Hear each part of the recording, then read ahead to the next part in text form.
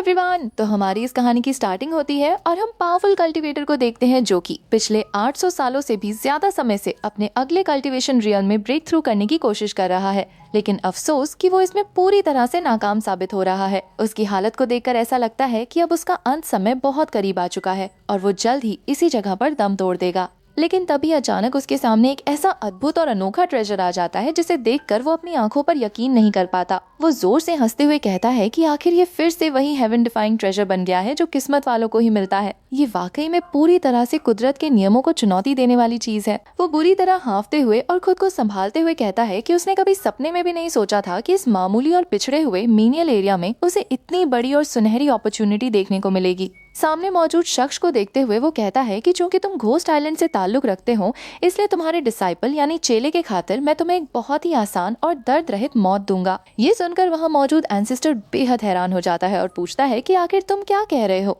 मुझे तुम्हारी एक भी बात समझ में नहीं आ रही है। इस पर वो रहस्यमयी शख्स गुस्से में कहता है कि मेरी डिवाइन सेंस के सामने तुम अपनी इन मामूली और ओछी चालों को दिखाने की जुर्रत भी कैसे कर सकते हो। एक सच्चे एक्सपर्ट के सामने तुम्हारी ये चालाकियां किसी काम की नहीं है। अब हम अगले सीन में देखते हैं कि वो शख्स उस रहस्यमयी चीज की असलियत को समझ जाता है और चौंकते हुए कहता है कि अच्छा, तो ये है इसका असली राज। तुम समय के चक्र को पूरी तरह से नजरअंदाज करके महज 1 महीने के छोटे से सीडलिंग को सीधे 100 साल पुरानी बेहद कीमती मेडिसिन में तब्दील कर सकते हो।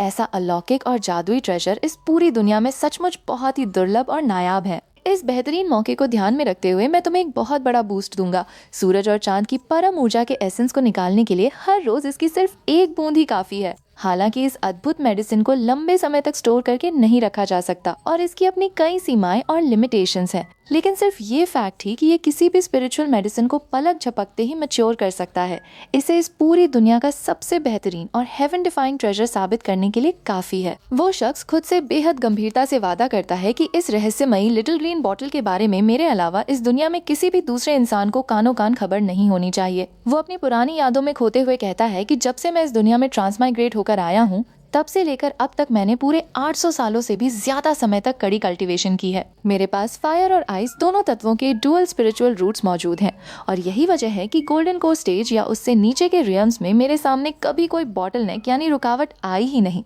मैंने अपनी पूरी जिंदगी में हर कदम पर बेहद कड़ा संघर्ष किया है और हमेशा यही सोचता रहा कि मैं ही इस पूरी दुनिया का असली प्रोटैगनिस्ट यानी मुख्य नायक हूँ। लेकिन अफसोस कि अब मेरी लाइफ स्पैन यानी जीने की समय सीमा लगभग पूरी तरह से खत्म होने की कगार पर पहुंच चुकी है और मैं अपनी तमाम कोशिशों के बावजूद मिड नासेंट सोल स्टेज में ब्रेक थ्रू करने में पूरी तरह से असमर्थ रहा हूँ।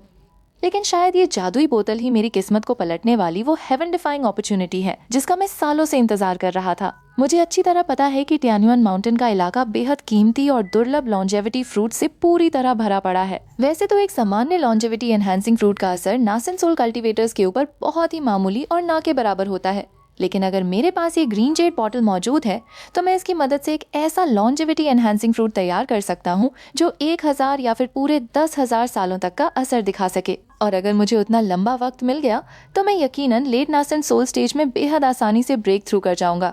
तभी अचानक वहाँ एक डिसाइपल दौड़ता हुआ आता है और कहता है कि एंसेस्टर, ओल्ड एंसेस्टर, वैंक्शुए सेक्ट के सीनियर ब्लड वाइन आपसे तुरंत मुलाकात करने के लिए यहाँ पधारे हैं।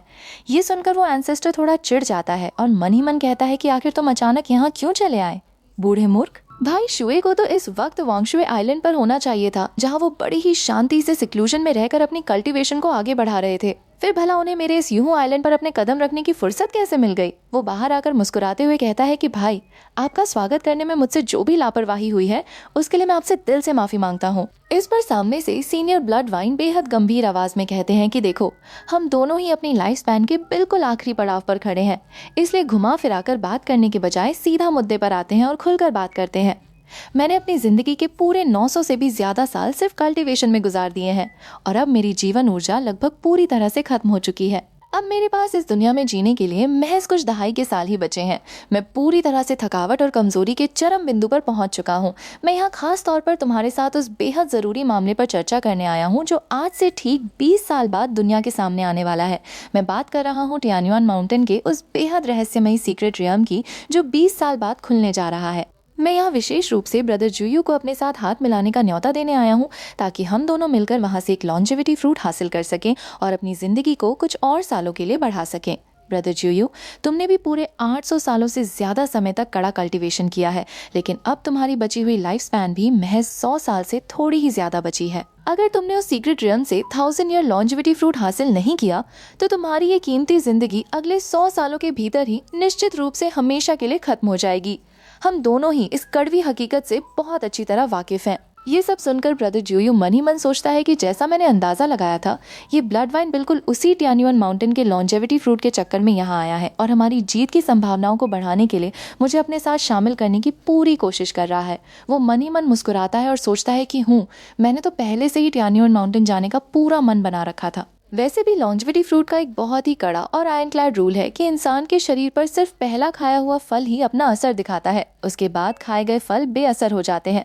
यही वजह है कि वहाँ मौजूद नैसेंट सोल स्टेज के बड़े बड़े खतरनाक मॉन्स्टर्स की नजरें भी उसी 1000 ईयर फ्रूट पर टिकी होंगी, जिसके चलते वहाँ की लड़ाई बेहद भयानक और खूंखार होने वाली है। दूसरी तरफ 100 ईयर लॉन्जेविटी फ्रूट शायद उन बड़े मॉन्स्टर्स के लिए काफी न हो, इसलिए उन सब का ध्यान मुख्य रूप से उन रोग कल्टीवेटर्स पर होगा जो गोल्डन कोर स्टेज के चरम पर हैं और जिनकी लाइफ स्पैन खत्म होने वाली है। उस सही मौके पर मैं अपनी असली कल्टीवेशन के लेवल को पूरी तरह से छुपा लूंगा और बहती गंगा में हाथ धोते हुए बड़ी ही चालाकी से उस 100 ईयर फ्रूट को हथिया लूंगा। और एक बार जब वो फल मेरे हाथ लग गया तो मैं अपनी इस लिटिल ग्रीन बॉटल का इस्तेमाल करके उसे पूरी तरह से पका दूंगा। ऐसा करने से उसकी मेडिसिनल पावर किसी भी मायने में उस असली 1000 ईयर फ्रूट से कम नहीं होगी और मैं नैसेंट सोल स्टेज के उन खतरनाक दिग्गजों के बीच होने वाली खूनी जंग से भी बेहद आसानी से बच निकलूंगा। ये सब सोचने के बाद वो चेहरे पर एक नकली मुस्कान लाता है और कहता है कि खैर, चूंकि ब्रदर शुए ने खुद आगे बढ़कर ये बात कही है तो मैं आपके साथ मिलकर काम करने के लिए पूरी तरह तैयार हूँ। मेरी लाइफ स्पैन भी अब महज 100 साल से थोड़ी ही ज्यादा बची है और मैं खुद भी अपनी किस्मत आजमाने के लिए टियान्युएन माउंटेन जाने की योजना बना रहा था। ऐसे में ब्रदर शुए के साथ हाथ मिलाना मेरे लिए सबसे बेहतरीन फैसला साबित होगा। हालांकि हम दोनों ही इस वक्त अर्ली नैसेंट सोल स्टेज के बिल्कुल पीक यानी चरम पर हैं, इसलिए हम दोनों की संयुक्त ताकत किसी भी सामान्य मिड नैसेंट सोल कल्टीवेटर को कड़ी टक्कर देने के लिए काफी है। उस वक्त हमारे लिए उस 1000 ईयर लाइफ एक्सटेंडिंग फ्रूट को जीतना कोई बहुत मुश्किल काम नहीं होगा। ये सुनकर ब्लड वाइन खुश हो जाते हैं और कहते हैं कि अगर ऐसी बात है तो ठीक 20 साल बाद हम दोनों सीधे टियान्युएन माउंटेन की तलहटी में एक दूसरे से मिलेंगे। अब मैं ब्रदर जुयू के इस शांत सिक्लूजन कल्टीवेशन में और ज्यादा खलल नहीं डालूंगा, इसलिए अब मुझे इजाजत दीजिए। अलविदा। अब हम अगले सीन में देखते हैं कि उनके जाने के बाद एंसेस्टर जुयू पूरी तरह से आश्वस्त हो जाते हैं कि अब पीछे हटने का कोई रास्ता नहीं बचा है और न ही कोई बैकअप प्लान काम आएगा। वो तुरंत अपने अधीन काम करने वाले गार्ड्स को हुक्म देते हुए कहते हैं कि बिल्कुल ठीक, बिना एक पल भी गंवाए तुरंत जाओ और कैनफेंग को यहाँ बुला कर लाओ। याद रहे कि इस मुख्य हॉल के भीतर किसी भी तरह की कोई गलती बर्दाश्त नहीं की जाएगी, इसलिए जितनी जल्दी हो सके जाओ और तुरंत वापस लौटो। सामने खड़ा वफादार चेला हाथ जोड़कर कहता है कि ये डिसाइपल अपने एंसेस्ट्रल मास्टर के हर एक हुक्म का पूरी तरह पालन करेगा। मैं अभी इसी वक्त यहाँ से रवाना होता हूँ। उनके जाने के बाद एंसेस्टर ज्यू उस बोतल को हाथ में लेते हैं और सोचते हैं कि अब मुझे इस ग्रीन बोतल की असली ताकतों और इसकी राइपनिंग मेडिसिन के वास्तविक प्रभावों का पूरी तरह से टेस्ट करना होगा। इन आने वाले 20 सालों के भीतर मैं टियान्युएन माउंटेन के उस महाअभियान के लिए अपनी तरफ से हर मुमकिन तैयारी पूरी कर लूंगा। तभी वो डिसाइपल वापस आकर कहता है कि एंसेस्टर, आप मेरी जगह किसी और को। इस पर एंसेस्टर उसे बीच में ही टोकते हुए कहते हैं कि मैं कुछ समय के लिए एक बेहद गंभीर और गुप्त सिक्लूजन में जा रहा हूँ। उसके तुरंत बाद मुझे हामफेंग आइलैंड का रुख करना होगा, इसलिए मेरी गैर मौजूदगी में तुम इस पूरे आइलैंड के तमाम कामकाज और जरूरी मामलों को पूरी तरह से संभालोगे। ये सुनकर वो चेला चौंक जाता है और सोचता है कि हामफेंग आइलैंड, क्या इसका मतलब ये है कि वहाँ मौजूद वो पौराणिक हामफेंग ट्री अब तक इतना बड़ा हो चुका है कि उसकी अगली पीढ़ी भी तैयार हो गई है? वो झुककर कहता है कि एंसेस्टर को अपने इस नए प्रयास में बहुत जल्द महान सफलता मिले और वो अपनी इस अद्भुत स्किल को पूरी तरह से मास्टर कर ले। यही मेरी दिल से दुआ है। उस वक्त जब आपकी ताकतें अपने चरम पर होंगी तो एक मिड नासेंट सोल कल्टीवेटर के खिलाफ भी आपके पास डटकर लड़ने और उसे धूल चटाने की पूरी पावर होगी। ये सुनकर एंसेस्टर जोर से हंसते हैं और कहते हैं कि बहुत बढ़िया, मैंने नेदरवर्ल्ड टेक्निक की तीनों महान डिवाइन एबिलिटीज में से दो बेहद खतरनाक स्किल्स यानी नेदरवर्ल्ड गेट और नेदरवर्ल्ड सोल डिवॉरिंग पर पूरी तरह से महारत हासिल कर ली है। अब सिर्फ आखिरी स्किल यानी नेदरवर्ल्ड कोल्डनेस की थोड़ी कमी बची है, जिसके लिए मुझे 1000 साल पुराने कोल्ड विंड ट्री और बहुत ही भारी मात्रा में कोल्ड स्पिरिचुअल एनर्जी की सख्त जरूरत पड़ने वाली है। एक बार जब मेरी ये तीनों महान डिवाइन एबिलिटीज पूरी तरह से परफेक्ट और कंप्लीट हो जाएंगी तो सीक्रेट रियल में 1000 ईयर लाइफ एक्सटेंडिंग फ्रूट को जीतने के मेरे चांसेस बहुत ही ज्यादा बढ़ जाएंगे। क्योंकि अब ये मामला पूरी तरह तय हो चुका है, इसलिए मुझे अपनी तैयारियों को पुख्ता करने के लिए तुरंत सिक्लूजन में चले जाना चाहिए। तुम अब यहाँ से जा सकते हो। वो चेला कहता है कि जी, जैसी आपकी आज्ञा एंसेस्टर। लेकिन तभी एंसेस्टर उसे रोकते हुए कहते हैं कि रुको। वो चेला मुड़ता है और पूछता है कि क्या बात है एंसेस्टर, क्या आपको किसी और चीज की जरूरत है? एंसेस्टर अपनी जेब से एक बेहद खूबसूरत पेंडेंट निकालते हैं और कहते हैं कि ये डिवाइन सोल जेड पेंडेंट है, जिसके भीतर मेरी खुद की डिवाइन कॉन्शियसनेस यानी दिव्य चेतना का एक छोटा सा अंश समाया हुआ है। मैं यहाँ से कम अगले 10 सालों के लिए दूर रहने वाला हूँ। तुम इस पूरे आइलैंड पर तैनात रहोगे और अगर तुम्हारे पास अपनी जान बचाने का कोई बहुत ही ठोस और शक्तिशाली साधन नहीं होगा तो मैं यहाँ से दूर रहकर भी कभी चैन से नहीं बैठ पाऊंगा। लेकिन हमेशा एक बात अच्छी तरह याद रखना कि इस पेंडेंट की शक्ति का इस्तेमाल पूरी जिंदगी में सिर्फ एक ही बार किया जा सकता है, इसलिए इसे हमेशा अपने शरीर के बिल्कुल करीब और सुरक्षित रखना। वो चेला उस कीमती चीज को हाथों में थामते हुए बेहद भावुक हो जाता है और कहता है कि इस अनमोल खजाने के लिए आपका बहुत बहुत धन्यवाद एंसेस्टर। एंसेस्टर मुस्कुराते हुए कहते हैं कि ठीक है, अब तुम जा सकते हो। अब हम अगले सीन में देखते हैं कि एंसेस्टर अपनी लैब में मौजूद कुछ जड़ी बूटियों को देखते हुए खुद से कहते हैं कि ये तमाम स्पिरिचुअल हर्ब्स अभी बहुत छोटे और कम उम्र के हैं, जिसकी वजह से इनकी मेडिसिनल वैल्यू बहुत ही कम है। मुझे इस ग्रीन बॉटल की असली सीमाओं और इसके एक्सट्रीम लिमिट्स को पूरी तरह से जांचना होगा। वो जैसे ही उस बोतल की एक बूंद उन पौधों पर गिराते हैं, वे पौधे जादुई रूप से बड़े होने लगते हैं। वो बेहद खुशी से पागलों की तरह हंसते हुए चिल्लाते हैं कि हा हा, ये तो सचमुच 1000 साल पुरानी नेदरवर्ल्ड ग्रास बन गई है। इसकी जादुई मेडिसिनल पावर उन जड़ी बूटियों से भी कहीं ज्यादा ताकतवर और शुद्ध है, जो प्राकृतिक रूप से जंगलों में हजारों सालों में धीरे धीरे उगती हैं। कई महीनों तक लगातार और बार बार अलग अलग तरीके से टेस्ट करने के बाद अब वो इस अद्भुत ट्रेजर के तमाम रहस्यों और इसके अजूबों को पूरी तरह से समझ चुके हैं। ये जादुई बोतल इस दुनिया की लगभग हर तरह की स्पिरिचुअल हर्ब्स की ग्रोथ को अविश्वसनीय रूप से तेज कर सकती है। इसकी हरी पत्ती से टपकने वाली महज एक अकेली बूंद किसी भी साधारण जड़ी बूटी को पलक झपकते ही सीधे 100 साल पुरानी शक्तिशाली मेडिसिन में बदल सकती है। अगर इस लिक्विड को थोड़ा डाइल्यूट यानी हल्का करके स्पिरिचुअल वाटर में मिला दिया जाए या फिर इसे किसी बड़े मेडिसिनल फील्ड यानी खेतों में छिड़क दिया जाए तो ये बहुत ही बड़े पैमाने पर जड़ी बूटियों के मास प्रोडक्शन को भी तेज कर सकता है। हालांकि इस तरीके से पौधों के बड़े होने की रफ्तार थोड़ी धीमी होती है और इसकी अपनी एक रेगुलर लिमिट भी होती है। सामान्य जड़ी बूटियों को इस विधि से ज्यादा 1000 साल की उम्र तक ही एक्सेलरेटेड किया जा सकता है और अगर जड़ी बूटी की क्वालिटी थोड़ी बेहतर हो तो उसकी उम्र को 2000 साल तक बढ़ाया जा सकता है। घोस्ट ग्रास डिमोनिक पाथ यानी राक्षसी मार्ग का एक बेहद ही हाई क्वालिटी और टॉप ग्रेड स्पिरिचुअल मटेरियल माना जाता है और इस बोतल की मदद से उसकी लिमिट को पूरे 3000 साल की उम्र तक पहुंचाया जा सकता है। लेकिन एक बार जब कोई पौधा अपनी उस एक्सट्रीम लिमिट तक पहुंच जाता है तो उसके बाद चाहे उसमें कितनी भी ग्रीन लीव्स का रस क्यों न मिला दिया जाए, उसकी उम्र को उससे एक दिन भी आगे नहीं बढ़ाया जा सकता। लेकिन सबसे कमाल की बात तो ये है कि इतनी तेजी से बढ़ने के बावजूद स्पिरिचुअल एनर्जी के अत्यधिक कंसंट्रेशन की वजह से ये औषधियाँ प्राकृतिक पौधों से भी कहीं ज्यादा शुद्ध होती हैं और इनकी मेडिसिनल पावर बहुत ही घातक और बेजोड़ होती है। सबसे अच्छी बात यह है कि इसका इस्तेमाल करने में किसी भी तरह का कोई साइड इफेक्ट या हिडन डेंजर बिल्कुल नहीं होता। ये मेरी उम्मीदों से भी कहीं ज्यादा बेहतर और शानदार है। लॉन्जेविटी फ्रूट और कोल्ड विंड वुड दोनों ही इस पूरी दुनिया के सबसे दुर्लभ और बेहद कीमती मटेरियल्स में शुमार किए जाते हैं। खास तौर पर लॉन्जेविटी फ्रूट के बारे में तो हमेशा से यही लोक कथाएं प्रचलित रही हैं कि ये सिर्फ और सिर्फ टियान्युआन माउंटेन की रहस्यमयी वादियों में ही उग सकता है। लेकिन अब चूंकि ये जादुई लिटिल ग्रीन बॉटल मेरे हाथों में आ चुकी है तो ऐसा नामुमकिन नहीं है कि मैं इसे किसी दूसरी जगह पर भी बेहद आसानी से उगा सकूं या फिर इसे सीधे एक 10,000 साल पुराने परम स्पिरिचुअल मेडिसिन में तब्दील कर दूं। हा। पहले तो मैं खुद यही चाहता था कि हनफिंग आइलैंड पर मौजूद वो कोल्ड विंड वुड कुछ और दशकों तक प्राकृतिक रूप से थोड़ा बड़ा हो जाए, लेकिन अब इस बोतल के आने के बाद ऐसा लगता है कि मुझे अब और ज्यादा इंतजार करने की कोई जरूरत नहीं है और मैं समय से बहुत पहले ही वहाँ के लिए रवाना हो सकता हूँ। लेकिन तभी अचानक बाहर से एक गार्ड बदहवास हालत में दौड़ता हुआ हॉल के भीतर आता है और चिल्लाता है कि एंसेस्टर, बेहद अनर्थ हो गया है। हमारे एंसेस्टर के साथ कुछ बहुत ही बुरा हादसा हो गया है। उसकी इस घबराहट और बदहवासी को देखकर एंसेस्टर गुस्से से तमतमा उठते हैं और डांटते हुए कहते हैं कि इतनी घबराहट और चीख पुकार क्यों मचा रखी है? आखिर ये किस तरह का बेढंगा और गैर जिम्मेदाराना बर्ताव है? मैंने पिछले कुछ दिनों से इस बात पर गौर किया है कि तुम अपनी कल्टीवेशन को लेकर बेहद लापरवाह और सुस्त होते जा रहे हो। आखिर ऐसी कौन सी आफत आ गई है जो तुम इस तरह बिना सोचे समझे पागलों की तरह दौड़े चले आ रहे हो? वो गार्ड हाँफते हुए और कांपती आवाज में कहता है कि नहीं एंसेस्टर, आप जैसा सोच रहे हैं वैसा नहीं है, बल्कि हाफिंग आइलैंड पर सचमुच एक बहुत ही भयानक और दिल दहला देने वाली घटना घटित हो गई है। एंसेस्टर अपनी आवाज को सख्त करते हुए कहते हैं कि पहले अपनी सांसों को काबू में करो और बिना डरे जो भी बात है उसे साफ साफ शब्दों में बयां करो।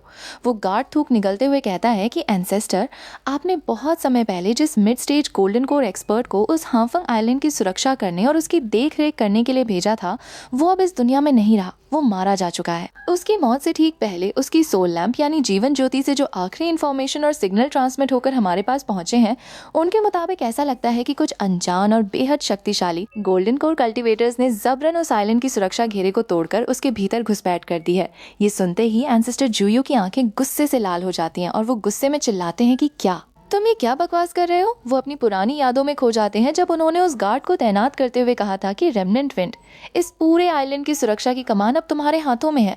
इसकी बहुत ही बारीकी से निगरानी करना और किसी भी तरह की संदिग्ध या असामान्य एक्टिविटी पर तुरंत एक्शन लेना। अगर तुम्हारी तरफ से यहाँ एक छोटी सी भी चूक या गलती हुई तो उसके लिए मैं सीधे तौर पर सिर्फ तुम्हें ही जिम्मेदार ठहराऊंगा और उसकी बहुत बड़ी सजा दूंगा। वो चेला कहता है कि ये डिसाइपल आपके हर एक हुक्म को अपने सर आंखों पर रखता है और मैं अपने इस बेहद जरूरी मिशन में कभी नाकाम नहीं हूँगा। एंसेस्टर जुयू गुस्से में दहाड़ते हुए कहते हैं कि मैं भी अपनी इन आंखों से देखना चाहता हूँ कि आखिर इस पूरी दुनिया में ऐसा कौन सा दुस्साहसी और बेखौफ इंसान पैदा हो गया है जिसने मेरे यानी 9 नेदर एंसेस्टर के निजी हांगफंग आइलैंड पर कदम रखने की जुर्रत की है और तो और मेरे वफादार गोल्डन कोर गार्ड को भी मौत के घाट उतार दिया है। अब हम अगले सीन में देखते हैं कि एंसेस्टर जुयू अपने तेज तर्रार फ्लाइंग क्राफ्ट पर सवार होकर बेहद तेजी से उस आइलैंड की तरफ बढ़ रहे हैं और मन ही मन सोचते हैं कि आज से ठीक 100 साल पहले जब वो फ्रॉस्ट डिमोनिक बीस्ट अपनी असली फॉर्म में वापस लौटकर अपनी महा ट्रिबुलेशन यानी आसमानी परीक्षा का सामना कर रहा था, तब मैंने बहुत ही चालाकी से उस पर पीछे से एक घातक स्नीक अटैक कर दिया था। उस हमले के तुरंत बाद मैंने वहां एक बेहद शक्तिशाली स्पिरिट लॉकिंग अरे का जाल बिछा दिया ताकि उस लेवल 8 के बेहद खूंखार डेमोनिक बीस्ट को हमेशा हमेशा के लिए उस आइलैंड की अगाध गहराइयों में पूरी तरह से सील और कैद किया जा सके। उस दिन के बाद से उस मॉन्स्टर की हर एक सांस के साथ वहां बर्फीली और कंपा देने वाली हवाओं का एक ऐसा भयानक सैलाब उमड़ता है जो हर साल उस पूरे आइलैंड की मिट्टी और चट्टानों को धीरे धीरे अपनी चपेट में ले रहा है।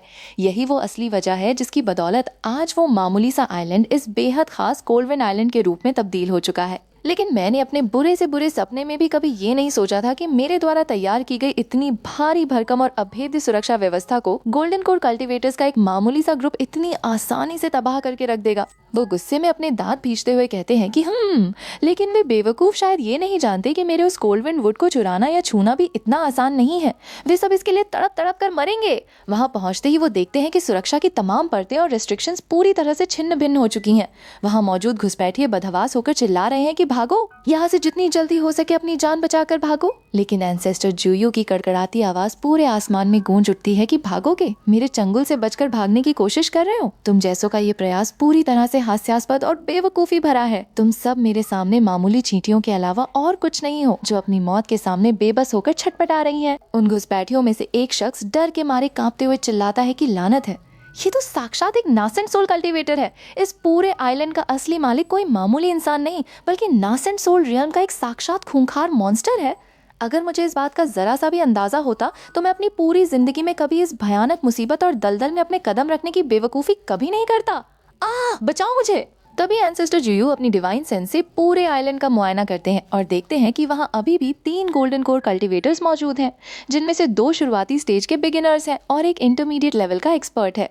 वे तीनों इस वक्त आइलैंड के सबसे अंदरूनी हिस्से में मौजूद प्राचीन पाबंदियों और सील को तोड़कर वहां छिपे अनमोल खजानों को चुराने की नीच कोशिश कर रहे हैं। वो गुस्से में कहते हैं कि इन नीच इंसानों की इतनी हिम्मत कि ये मेरे यानी 9 नेदर एंसेस्टर के निजी इलाके में घुसपैठ करें। चूंकि तुम सब अपनी मौत को खुद दावत देकर यहाँ तक आ ही चुके हो, तो अब कान खोलकर सुन लो कि तुम में से एक भी इंसान आज यहाँ से जिंदा बचकर कदम बाहर नहीं रख पाएगा। उधर अंदर गुफा में वे कल्टीवेटर्स पागलों की तरह चिल्ला रहे हैं कि जल्दी करो। अगर सचमुच अपनी जान प्यारी है और जिंदा रहना चाहते हो तो अपने हाथों की रफ्तार को और तेज करो। क्या तुम बाहर से आने वाले उस भयानक प्रेशर को महसूस कर पा रहे हो? तुम यहीं खड़े रहकर बाहर नजर रखो और पहरा दो। तभी वहाँ कैद वो लेवल 8 का डेमोनिक बीस्ट एक भारी और गूंजती हुई आवाज में कहता है कि तुम्हारे तमाम साथी बाहर पहले ही मारे जा चुके हैं। तुमने यकीनन घोस्ट आइलैंड के उस बेहद खूंखार और बेरहम 9 नेदरवर्ल्ड ओल्ड मॉन्स्टर के बारे में जरूर सुना होगा। ये पूरा आइलैंड उसका चौथा सबसे गुप्त और सुरक्षित इलाका है, जिसे उसने खुद अपने हाथों से बेहद जटिल पाबंदियों और रेस्ट्रिक्शंस के साथ सील किया था। एक बार अगर तुम सब उसके हाथों जिंदा पकड़े गए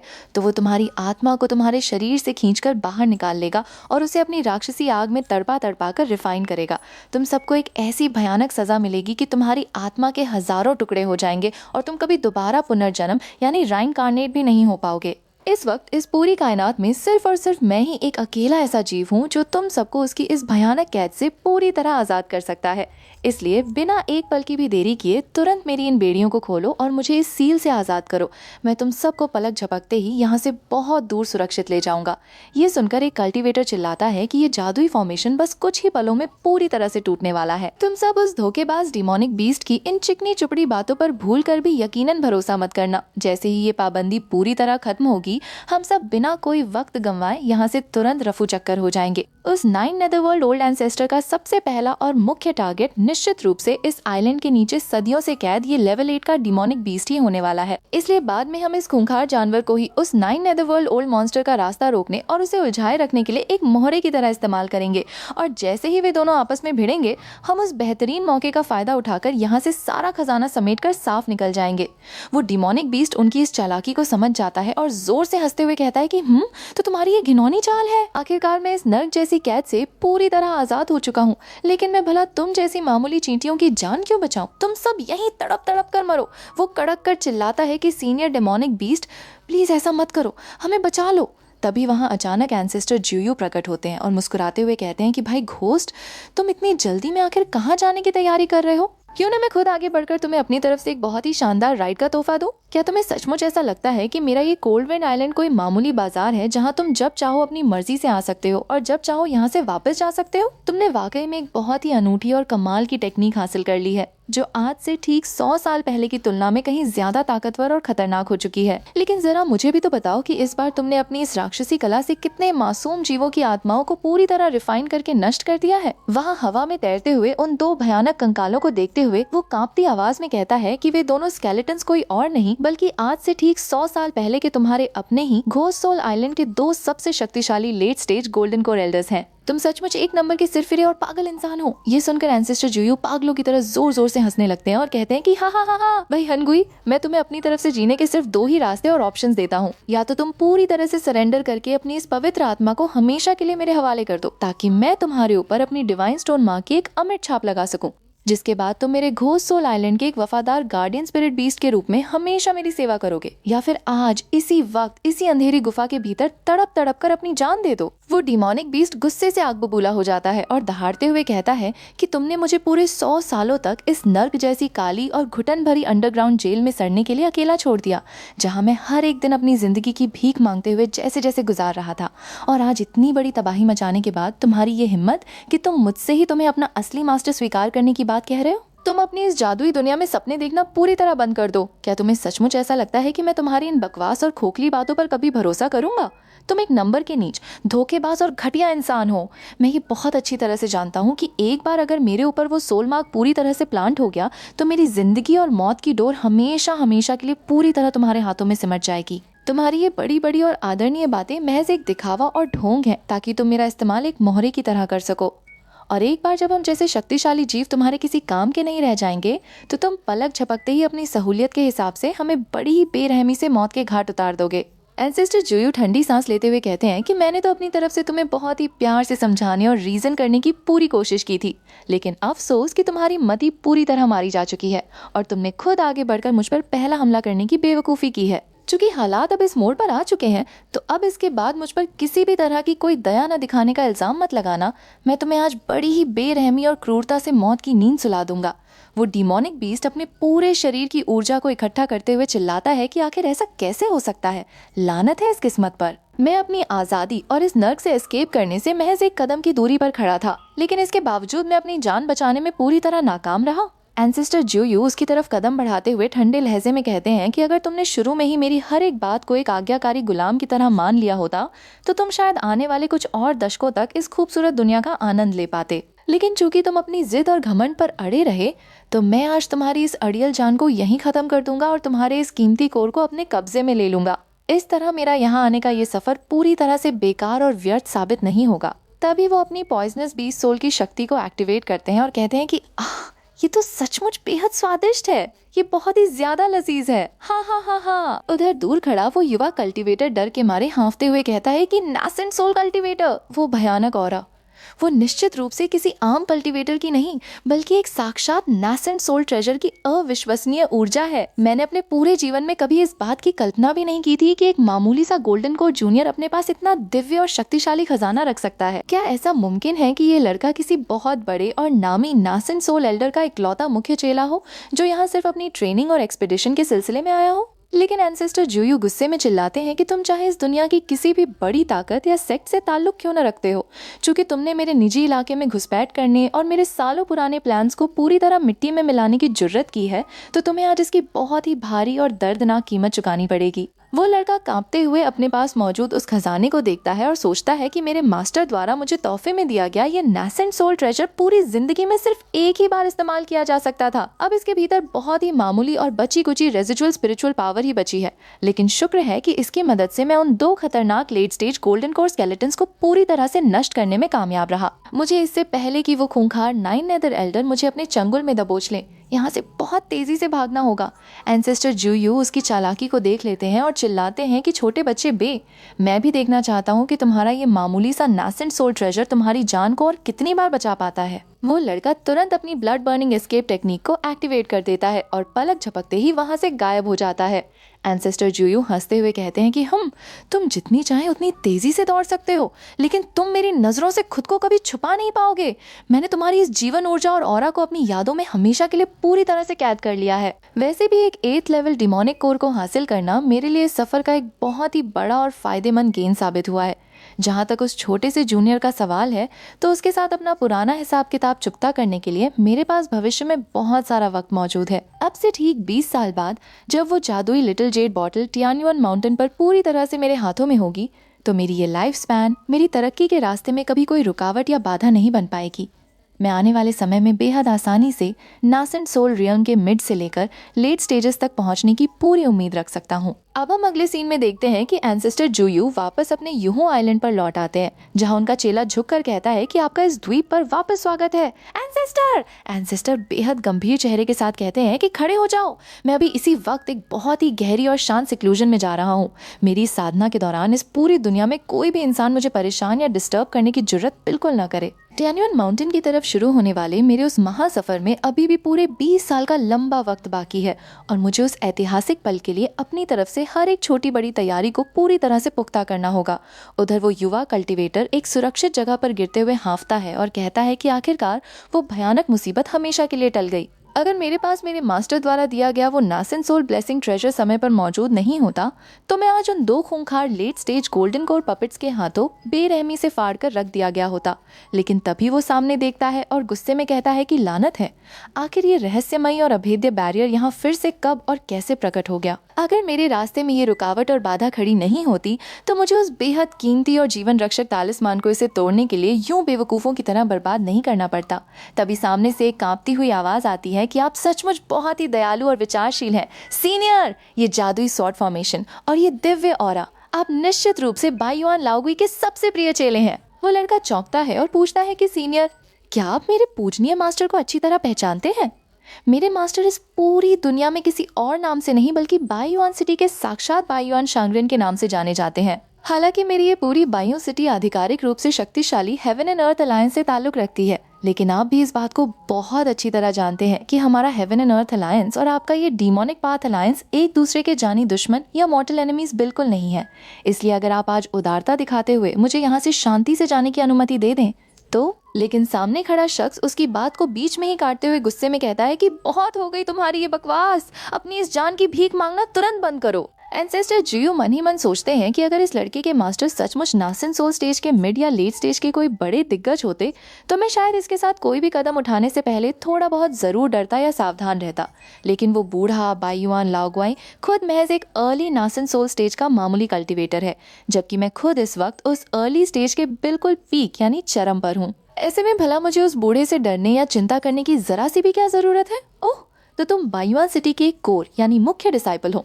कोई आश्चर्य नहीं कि तुम्हारे पास इतना दुर्लभ और कीमती खजाना मौजूद है। ये तो महज कुछ सिरफिरे रोग कल्टीवेटर्स की बदकिस्मती थी, जिन्होंने गलती से इस हाफेंग आइलैंड के भीतर छिपे उस बेहद शक्तिशाली सॉर्ड स्पिरिट को खोज निकाला, जिसने उनके भीतर के लालच और वासना को पूरी तरह से जगा दिया।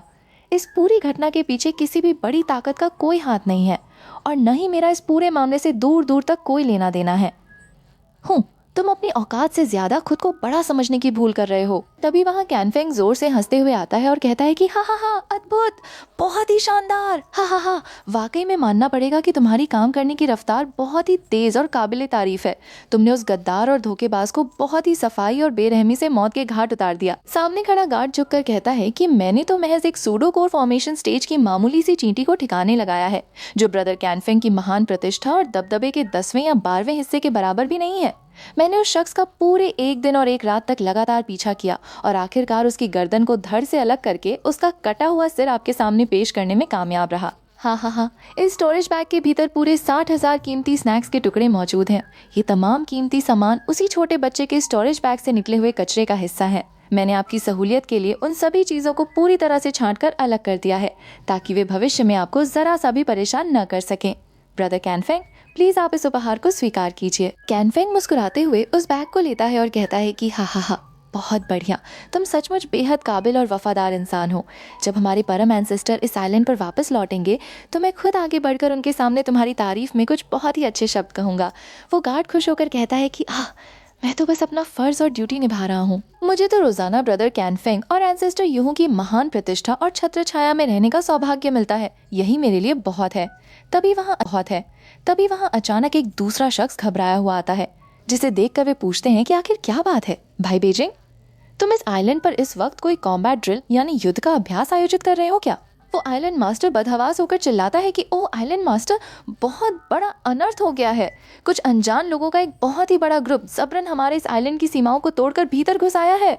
उन सबके पास कई बेहद शक्तिशाली गोल्डन कोर कल्टीवेटर्स मौजूद हैं। हमारे महान एल्डर वॉन और एल्डर गाओ अपनी तमाम ताकतों के बावजूद उन्हें रोकने में पूरी तरह से असमर्थ साबित हो रहे हैं। ये सुनते ही कैनफेंग गुस्से से पागल हो जाता है और चिल्लाता है कि क्या आखिर इस पूरी दुनिया में किसकी इतनी बड़ी हिम्मत हो गई जो ऐसा दुस्साहस करने का सोच भी सका? क्या उन बेवकूफों को इस बात का जरा सा भी ज्ञान नहीं है कि ये पूरा इलाका आधिकारिक रूप से सीधे घोस्ट सोल आइलैंड की निजी प्रॉपर्टी है? क्या वे सब यहाँ अपनी मौत को खुद दावत देने आए हैं? तभी सामने से एक गूंजती हुई आवाज आती है कि युवा एल्डर कैनफेंग, नहीं, बल्कि मुझे तो तुम्हें अब इस घोस्ट सोल आइलैंड का नया यंग मास्टर कहकर पुकारना चाहिए। मैंने अपने पूरे जीवन में कभी इस बात की उम्मीद नहीं की थी कि मेरी तुमसे इस अनजान जगह पर इस तरह अचानक मुलाकात होगी। मैं तो हमेशा से यही सोचता रहा कि तुम्हें उस बूढ़े राक्षस जुयू ने बहुत पहले ही अपनी आग में तड़पाकर पूरी तरह से रिफाइन कर दिया होगा, लेकिन तुम न सिर्फ आज तक पूरी तरह जिंदा हो, बल्कि तुमने अविश्वसनीय रूप से लेट गोल्डन कोर स्टेज में भी ब्रेक थ्रू कर लिया है। कैनफेंग मुस्कुराता है और अपने सीने पर हाथ रखकर सोचता है कि मेरे परम एंसेस्टर ने यहाँ से जाने से पहले मेरे पास सुरक्षा के लिए जो सबसे बड़ा ट्रम्प कार्ड छोड़ा था, वो आज भी मेरे पास पूरी तरह सुरक्षित है।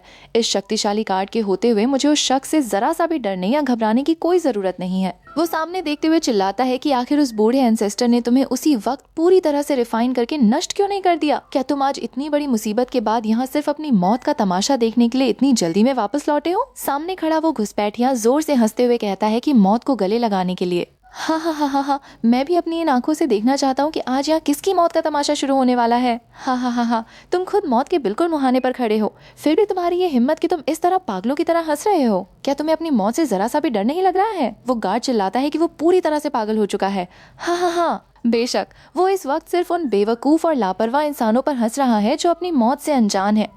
भगवान का लाख लाख शुक्र है कि मैं इस वक्त उसकी सही साइड पर खड़ा हूँ।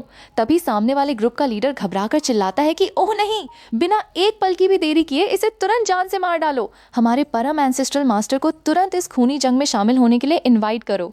लेकिन तभी वहाँ का पूरा माहौल अचानक पूरी तरह से बदल जाता है और एक बेहद भारी, ठंडी और कंपा देने वाली आवाज़ गूंजती है कि आखिर यहाँ क्या खिचड़ी पक रही है? ये सब वैसा बिल्कुल नहीं है जैसा तुमने मुझसे वादा किया था। वो घुसपैठिया डर के मारे कांपने लगता है और चिल्लाता है कि ये तो वही है, वो साक्षात यहाँ प्रकट हो चुका है। आखिर वो कौन है? एंसेस्टर जुयू सामने आते हैं और मुस्कुराते हुए कहते हैं कि मेरे प्यारे डिसाइपल, मेरे सबसे अच्छे चेले, तुमने इस बेहद ज़रूरी बात को इतने लंबे समय तक मुझसे छुपा कर रखा। मैं तो हर एक पल तुम्हें बहुत ही शिद्दत से मिस कर रहा था। वो चेला गुस्से में अपने दांत पीसते हुए चिल्लाता है कि हूँ तुम बूढ़े सठियाए हुए राक्षस, अगर मैं उस दिन बहुत ही तेजी से तुम्हारे उस नर्क से भागने में कामयाब नहीं होता तो तुमने मुझे बहुत पहले ही तड़पाकर एक बेजान घोस्ट पपेट में तब्दील कर दिया होता। लेकिन आज का दिन तुम्हारा आखिरी दिन होने वाला है, क्योंकि तुम्हारी इस मामूली सी डिवाइन कॉन्शियसनेस की इनकारनेशन यानी अंश के दम पर तुम मेरे इस शक्तिशाली नेदरवर्ल्ड जेड की शक्तियों को चाहकर भी कभी नहीं रोक पाओगे। एंसेस्टर जुयू उसकी उस चीज को देखकर चौंक जाते हैं और चिल्लाते हैं कि तुम छोटे राक्षस, तुमने वास्तव में उस पौराणिक नेदरवर्ल्ड जेड को पूरी तरह से कल्टीवेट कर लिया है। आखिर ये चमत्कार कैसे मुमकिन हो सकता है?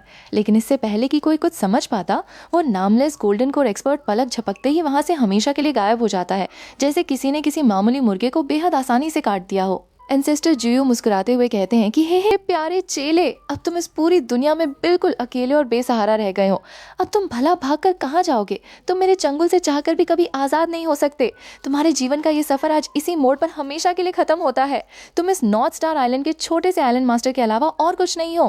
तभी वहाँ नॉर्थ स्टार आइलैंड का वो असली मालिक कांपते हुए घुटनों के बल बैठ जाता है और कहता है कि परम एंसेस्टर जुयू के चरणों में इस जूनियर का सादर प्रणाम।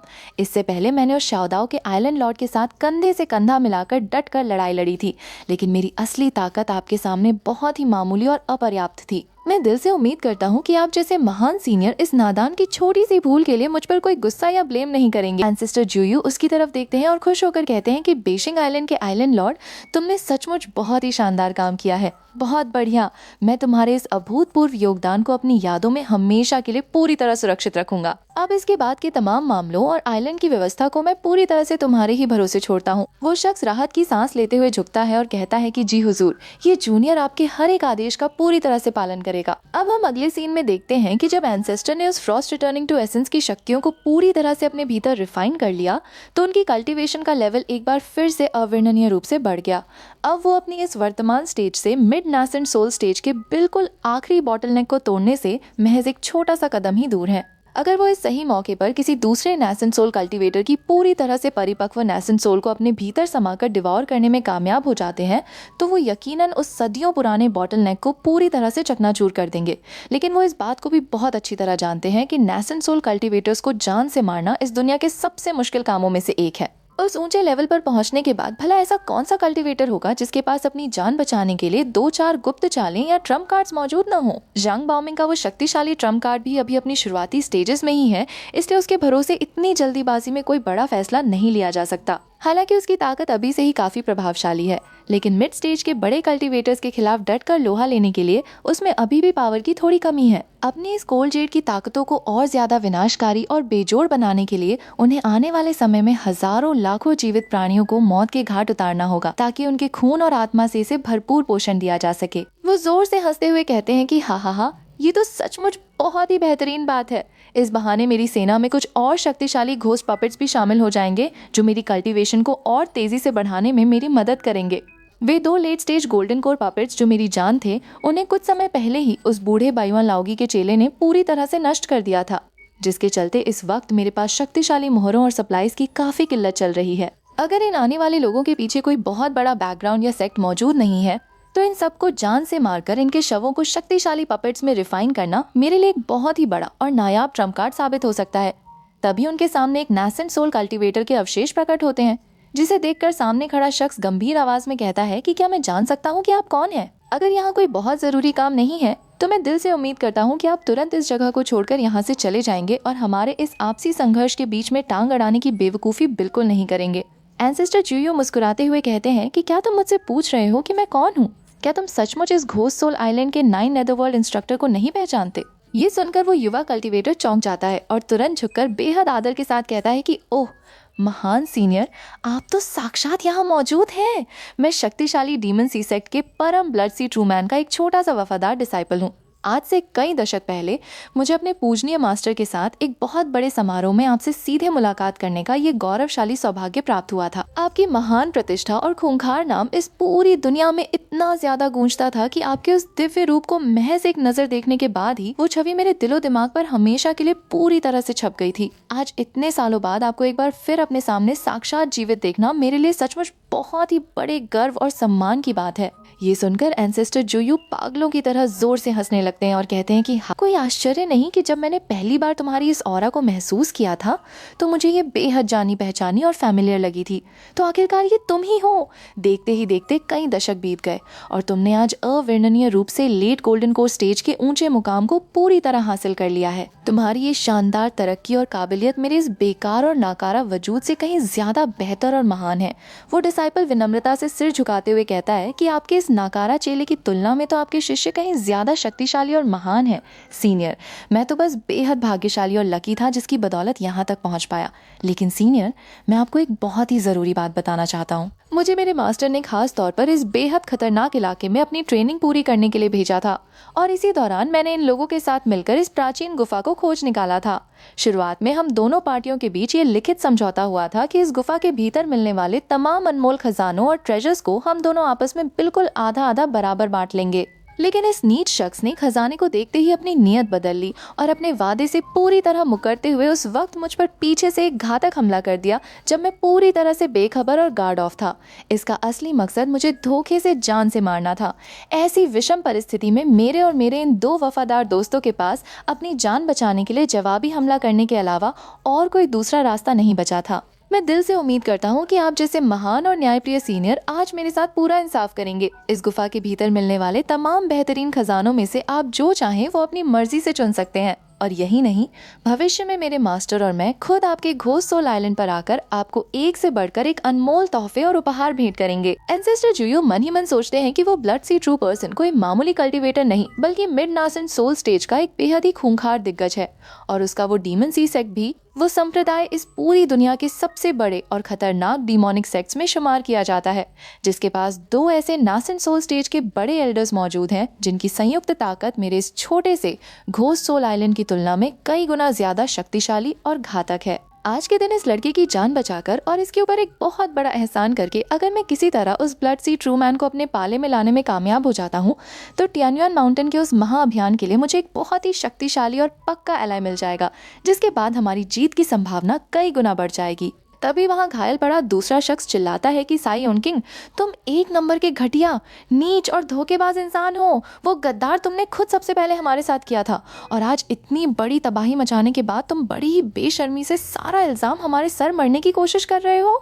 मैंने अपने पूरे जीवन में नासेंट सोल कल्टीवेटर्स के खूंखार आतंक और उनकी विनाशकारी शक्तियों के बारे में सिर्फ बड़ी बड़ी कहानियां ही सुनी थीं, लेकिन आज अपनी इन आंखों से इस साक्षात रूप को देखने के बाद, खास तौर पर इस खतरनाक नाइन नेदर एंसेस्टर के दबदबे को महसूस करने के बाद, मुझे ये एहसास हो रहा है कि हकीकत इन अफवाहों से कहीं ज्यादा खूंखार और दिल दहला देने वाली है। वो लड़का आगे बढ़कर कहता है कि सीनियर, क्या मैं आपसे एक छोटी सी गुजारिश कर सकता हूँ? क्या आप मेहरबानी करके इस नीच शख्स को अपने हाथों से सजा देने के लिए मेरे हवाले कर सकते हैं? इस इंसान ने सबसे पहले हमारे साथ गद्दारी की थी और मुझ पर पीछे से वार किया था, इसलिए मैं अपने इन हाथों से इसका सीना चीर कर अपना बदला पूरा करना चाहता हूँ। मैं उम्मीद करता हूँ कि आप मेरी इस छोटी सी रिक्वेस्ट को जरूर मंजूर करेंगे। एंसेस्टर जुयू मन ही मन मुस्कुराते हुए सोचते हैं कि ये छोटे बच्चे अपने दिमाग में क्या खिचड़ी पका रहे हैं। मैं ये बहुत अच्छी तरह से जानता हूँ। मेरे लिए एक मामूली से गोल्डन कोर स्टेज के चेले की आत्मा की कोई खास कीमत नहीं है। टियान्युआन माउंटेन के उस बेहद जरूरी मिशन की तुलना में अपने साथ एक शक्तिशाली मिड नासेंट सोल एलाय का होना उसे एक पीक गोल्डन कोर पपेट को हासिल करने से कहीं ज्यादा लाख गुना बेहतर और फायदेमंद सौदा है। वो सामने देखते हुए मुस्कुराते हैं और कहते हैं कि तुमने वाकई में बहुत ही समझदारी और सूझबूझ से काम लिया है। बहुत बढ़िया। अपने दुश्मनों का पूरी तरह से खात्मा करके ही इंसान अपने असली डाव यानी परम मार्ग को हासिल कर सकता है। मैंने भी अपने पुराने दिनों में बिल्कुल यही रास्ता चुना था। अगर तुम अपने दुश्मनों को पूरी तरह से जड़ से खत्म नहीं करोगे तो वे भविष्य में दोबारा उठ खड़े होंगे। अब हम अगले सीन में देखते हैं कि एंसेस्टर जुयू उस घायल पड़े शख्स की तरफ देखते हैं और बड़ी ही गंभीरता से कहते हैं कि अगर तुमने अपने दुश्मनों को पूरी तरह से नष्ट नहीं किया तो तुम्हारा ये डाव हार्ट हमेशा के लिए ब्लॉक हो जाएगा। इतना ही नहीं, जब तुम भविष्य में अपने नासेंट सोल रियल्म को फॉर्म करने की कोशिश करोगे तो तुम्हारे भीतर के ये इनर डीमंस यानी आंतरिक दानव तुम्हारे लिए बहुत ही भयानक और बड़ी मुसीबतें खड़ी कर देंगे। इसलिए इस गद्दार को जिंदा छोड़ना तुम्हारे भविष्य के लिए बहुत बड़ा खतरा साबित हो सकता है। वो आगे बढ़कर कहते हैं कि युवा दोस्त साई योंकिंग, हमारे इस बूढ़े साथी ह्यू ने पहले ही अपनी पूरी ताकत से इस गद्दार की कल्टीवेशन को पूरी तरह से क्रिपल यानी नष्ट करके इसे अपाहिज बना दिया है। चूंकि ये धोखेबाज अब पूरी तरह से बेबस हो चुका है और ये तुम्हारा असली दुश्मन है, इसलिए मैं इसकी जान का फैसला पूरी तरह से तुम्हारे ही हाथों में सौंपता हूँ। तुम इसके साथ जो चाहो वो सलूक कर सकते हो। ये सुनकर साई योंकिंग की आंखों में एक अजीब सी चमक आ जाती है और वो बेहद आदर के साथ अपना सिर झुकाते हुए कहता है कि महान सीनियर, इस असीम कृपा और मदद के लिए आपका बहुत बहुत धन्यवाद। मैं आपका ये एहसान अपनी पूरी जिंदगी में कभी नहीं भूलूंगा। एंसेस्टर ज्यूयू हल्के से अपना सिर हिलाते हुए कहते हैं कि ठीक है। तभी वो साई योंकिंग की तरफ गहराई से देखते हैं और पूछते हैं कि सीनियर होने के नाते मैं तुमसे एक और बात पूछना चाहता हूँ। क्या इसके अलावा तुम्हें मुझसे किसी और चीज या मदद की जरूरत है? साई योंकिंग थोड़ा संकोच करते हुए कहता है कि नहीं सीनियर, आपने मेरे लिए जो किया है वही बहुत ज्यादा है। इस पर एंसेस्टर जुयू चेहरे पर एक रहस्यमयी मुस्कान लाते हैं और कहते हैं कि देखो, अब से ठीक 10 साल से कुछ ज्यादा समय के बाद उन तीनों महान अलायंसेस की सीमाओं के बिल्कुल मिलन बिंदु पर यानी बॉर्डर पर वो पौराणिक टियान्युआन माउंटेन अचानक पूरी दुनिया के सामने प्रकट होने वाला है। मुझे ये बात बहुत अच्छी तरह मालूम है कि तुम्हारे परम master blood C true man भी अपनी उम्र के इस पड़ाव पर अपनी लाइफ स्पैन यानी जीने की समय सीमा को बढ़ाने का ये सुनहरा और ऐतिहासिक मौका अपने हाथों से यूं ही कभी जाने नहीं देंगे। अफसोस कि मेरी खुद की बची हुई लाइफ स्पैन भी बहुत ही तेजी से खत्म हो रही है और मैं खुद भी अपनी किस्मत आजमाने और अपनी जिंदगी को कुछ और साल देने के लिए उसी टियान्युआन माउंटेन के खतरनाक सफर पर जाने की पूरी योजना बना रहा हूँ। मैं दिल से ये चाहता हूँ कि तुम मेरी तरफ से अपने मास्टर को ये पैगाम दो कि वे भी इस सफर में मेरे साथ चलें, ताकि हम दोनों मुश्किल घड़ी में एक दूसरे की ढाल बन सकें और वहाँ मिलने वाले लाइफ स्पैन एक्सटेंडिंग फ्रूट को जीतने के लिए मिलकर मुकाबला कर सकें। अगर हम दोनों शक्तिशाली कल्टीवेटर्स एक साथ मिलकर आगे बढ़ेंगे तो उस दुर्लभ फल को जीतने के हमारे चांसेस बहुत ही ज्यादा बढ़ जाएंगे। ये कहते हुए एंसेस्टर जुयू अपनी जेब से एक बेहद ही अनोखा और चमकीला कम्युनिकेशन जेड स्लिप निकालते हैं और उसे साई योंकिंग की तरफ बढ़ाते हुए कहते हैं कि ये मेरा खुद का विशेष जादुई स्लिप है, जिसकी तरंगों को पूरे 1 लाख मील के विशाल दायरे के भीतर कहीं से भी बहुत ही आसानी से सेंस यानी महसूस किया जा सकता है। अगर तुम्हारे पूजनीय मास्टर मेरे साथ मिलकर काम करने और हाथ मिलाने में जरा सा भी इंटरेस्ट रखते हैं तो कृपया करके वे मुझसे सीधे संपर्क करने के लिए इसी जेड स्लिप का इस्तेमाल करें। साई योंकिंग उस जादुई चीज को अपने हाथों में थामते हुए बेहद प्रभावित होता है और कहता है कि सीनियर, आपकी दूरदर्शिता और सोचने की क्षमता सचमुच कमाल की है। मैं दिल से आपकी इस समझदारी का बहुत बड़ा प्रशंसक बन गया हूँ। प्लीज आप मेरी तरफ से पूरी तरह से निश्चिंत और आश्वस्त रहिए सीनियर। मैं आज ही अपने मास्टर के पास पहुंचकर आपकी इस बेहद जरूरी बात और इस संदेश को उन तक बिल्कुल सही सही शब्दों में पहुंचा दूंगा। मुझे पूरा यकीन है कि मेरे मास्टर आपकी जैसी महान और विनाशकारी ताकत के साथ हाथ मिलाने और कॉपरेट करने के फैसले से बेहद खुश होंगे। ये सुनकर एंसेस्टर जुयू जोर से हंसते हैं और कहते हैं कि हाँ, बहुत बढ़िया। जैसा कि मुझे फेलो डाओइस्ट वेहाई के इस होनहार और प्रिय डिसाइपल से पूरी उम्मीद थी, तुमने बिल्कुल वैसा ही बर्ताव किया है। तो फिर अब ये बूढ़ा इंसान तुम्हारे मास्टर की तरफ से आने वाली उस अच्छी खबर का बहुत ही बेसब्री से इंतजार करेगा। अब हम अगले सीन में देखते हैं कि एंसेस्टर जुयू के वहाँ से रवाना होने के बाद साई योंकिंग राहत की गहरी सांस लेता है और अपने कांपते हुए पैरों को संभालते हुए खुद से कहता है कि हे भगवान, एक ऐसे खतरनाक नासेंट सोल एंसेस्टर का आमने सामने सामना करना जिसका मिजाज पलक झपकते ही बदल जाता हो, मेरे जैसे सामान्य कल्टीवेटर के लिए सचमुच बहुत ही भयानक प्रेशर की बात है। उस बूढ़े राक्षस के सामने खड़े रहने की वजह से डर के मारे मेरे पैर अभी भी पूरी तरह से कांप रहे हैं और मेरी पिंडलियों में जरा सी भी जान नहीं बची है। वो अचानक जमीन पर तड़प रहे अपने उस गद्दार दुश्मन की तरफ मुड़ता है और गुस्से में हंसते हुए कहता है कि क्यों भी नीच इंसान, तुम तो अभी कुछ देर पहले बहुत ही ज्यादा घमंडी और एरोगेंट बन रहे थे, है ना? हा। क्या तुमने अब अपनी इन नंगी आंखों से इस कड़वी हकीकत को देख लिया? इस कड़े कल्टीवेशन वर्ल्ड के भीतर अगर तुम्हें अपनी जान बचानी है और तरक्की के शिखर पर पहुंचना है तो तुम्हारे पास एक बहुत बड़ा बैकग्राउंड, ऊंचे कनेक्शंस और असीमित रिसोर्सेज का होना सबसे ज्यादा अनिवार्य और जरूरी है। तुम जैसे आवारा और अनाथ रोग कल्टीवेटर्स भला हम जैसों की बराबरी करने या हमारे खिलाफ कोई चाल चलने का सपना भी अपने इस छोटे से दिमाग में कैसे ला सकते हो? वो उसके चेहरे पर लात मारते हुए गुस्से में दहाड़ता है कि भले ही मैंने तुम्हारे ऊपर सबसे पहले पीछे से वार किया था और अफसोस कि मेरा वो पहला दांव पूरी तरह से फेल हो गया, जिसके चलते मुझे खुद भी थोड़ी बहुत चोटें आईं, लेकिन जरा अंत को देखो। इस खेल के आखिरी पड़ाव पर तुम घूम फिरकर वापस मेरे ही इन खूनी हाथों में आकर गिर गए। तुम नीच रोग कल्टीवेटर्स के झुंड, तुम जैसों को रास्ते में धोखे से कुछ छोटे मोटे भाग्यशाली मौके या फॉर्च्यूनस अपॉर्चुनिटीज क्या मिल जाती हैं, या तुम कहीं से गिरे हुए 2-4 खजाने क्या उठा लेते हो और खुद को खुदा समझने लगते हो? महज कुछ किस्मत के सहारे फाउंडेशन एस्टेब्लिशमेंट और कोर फॉर्मेशन के लेवल को हासिल कर लेने के बाद क्या तुम सचमुच ये मानने लगे थे कि तुम हमारे साथ बराबरी के स्तर पर खड़े हो सकते हो? सुन बे गद्दार, मैं यानी सी योंकिंग बचपन से ही जिन ऐशो आराम, इज्जत और बेशकीमती चीजों का मालिक रहा हूँ, वे तमाम चीजें ऐसी नायाब हैं जिन्हें तुम जैसे कीड़े अपनी पूरी जिंदगी एड़ी चोटी का जोर लगाने के बाद भी कभी सपने में भी हासिल नहीं कर सकते। अब हम अगले सीन में देखते हैं कि पूरे 5 लंबे साल बीत चुके हैं। एंसेस्टर जुयू आसमान में उड़ते हुए मन ही मन सोचते हैं कि मेरे इस गुप्त मिशन और यात्रा को पूरे 5 साल का लंबा वक्त गुजर चुका है। मुझे सचमुच नहीं मालूम कि इन बीते सालों में मेरे उस यूहू आइलैंड के क्या हालात रहे होंगे और वहाँ की स्थिति कैसी होगी। लेकिन सबसे पहली और जरूरी बात तो ये है कि हमें किसी भी हाल में बाहरी ताकतों के सामने झुकना या ऑप्रेस नहीं होना है। मेरी गैर मौजूदगी में इन पिछले 5 सालों के भीतर मेरे वे निकम्मे डिसाइपल्स निश्चित रूप से अपनी कल्टीवेशन और जिम्मेदारियों को लेकर थोड़े बहुत लापरवाह और सुस्त जरूर हो गए होंगे। वो जैसे ही अपने द्वीप की सीमा पर कदम रखते हैं, उनका पोता और चेला दौड़ता हुआ सामने आता है और घुटनों के बल बैठकर बेहद आदर से कहता है कि ओल्ड एंसेस्टर, आखिरकार आप वापस लौट आए। आपका ये पोता अपनी दिव्य कलाओं और महान सुपरनैचुरल पावर्स में इतनी बड़ी और बेजोड़ सफलता हासिल करने के लिए आपको दिल से बहुत बहुत बधाई देता है। आपकी कल्टीवेशन का लेवल अब पहले से कहीं ज्यादा एडवांस हो चुका है और अमरता का वो अमर मार्ग यानी पाथ टू इमॉर्टैलिटी अब आपकी नजरों के बिल्कुल सामने खड़ा है। एंसेस्टर जुयू बिना किसी इमोशन के ठंडे लहजे में पूछते हैं कि छोड़ो इन सब बातों को, पहले मुझे ये बताओ कि तुमने उस रेमनेंट फायर के बेहद जरूरी मामले को किस तरह से हैंडल किया। वो चेला तुरंत हाथ जोड़कर कहता है कि एंसेस्टर, आप प्लीज मेरी तरफ से पूरी तरह निश्चिंत रहिए। आपने मुझे वहाँ से जाने से पहले जो जो हिदायतें और इंस्ट्रक्शंस दिए थे, मैंने उन सबका हूबहू पालन करते हुए हर एक चीज को बिल्कुल सही तरीके से ठिकाने लगा दिया है। तभी एंसेस्टर जुयू गुफा के भीतर जाते हैं जहाँ एक जंजीरों से जकड़ा हुआ शख्स कैद था। उसे देखकर एंसेस्टर मुस्कुराते हैं और कहते हैं कि मेरे अच्छे चेले, तुमसे मिले हुए सचमुच एक बहुत लंबा वक्त गुजर गया है।